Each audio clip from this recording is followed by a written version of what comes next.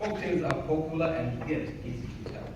So Harry is expected to read the story, analyze its structure, and tell us what is the plot, and how does the action flow, and where is the climax, and why is the story appealing. So the objective of his speech is to tell a folktale that is entertaining, enjoyable, and specific for a certain group. We expect him to use imagery, voice, and use the same to enhance the tale. Harry Karanja, and the title of his speech is Kweku, Anansi, and his new wife. Harry Karanja, Kweku, Anansi, and his new wife.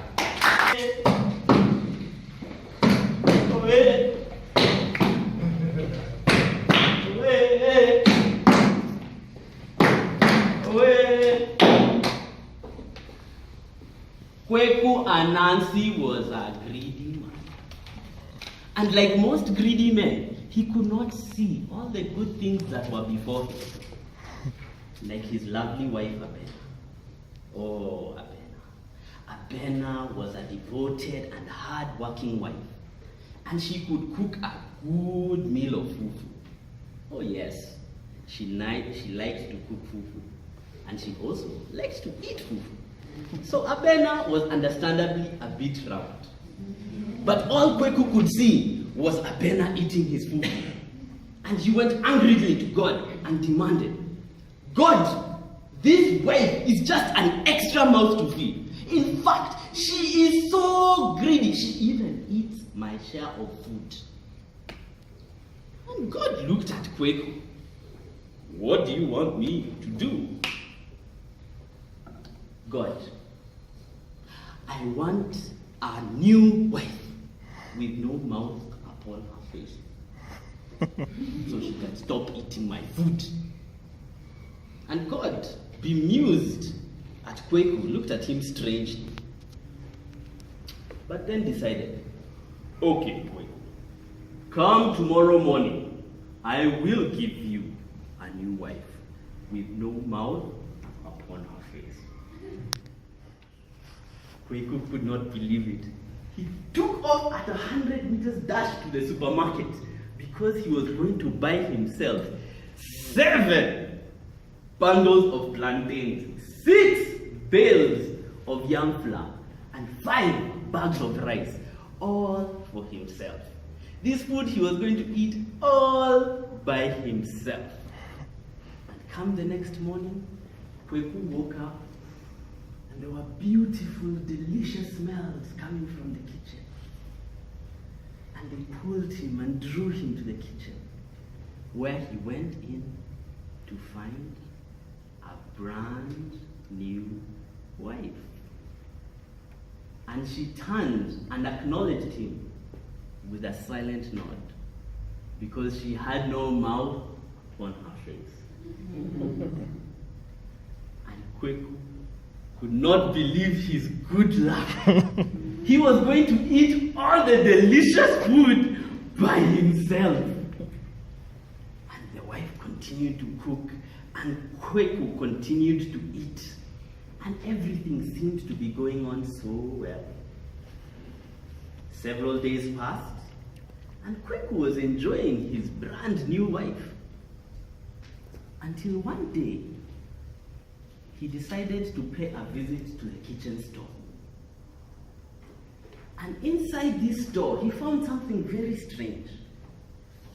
There were only remaining 2 bags of rice, 1 bale of yam flour, and no plantains. And Kweku could not understand.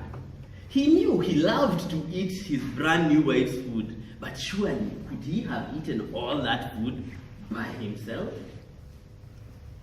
No, something must be going on. And Kweku decided he was going to investigate and find out exactly what. And so he kept a close eye at the kitchen. Every single day, he would watch. Every single time, he would look. But he could not see anyone coming. Inside, to eat his food. And so he was very disturbed. He kept buying twice the amount of food he was eating, and he could not understand how. And one day, after a particularly hard day of shopping, he was feeling very thirsty at night. And he decided to go and have a glass of water. And he woke up and he was surprised because his wife was not in the bed. And just at that moment, he had a rumbling noise in the kitchen. And he said, let me go and find out. So Kweku crept slowly to the kitchen. He opened the door and then stood still with shock and amazement.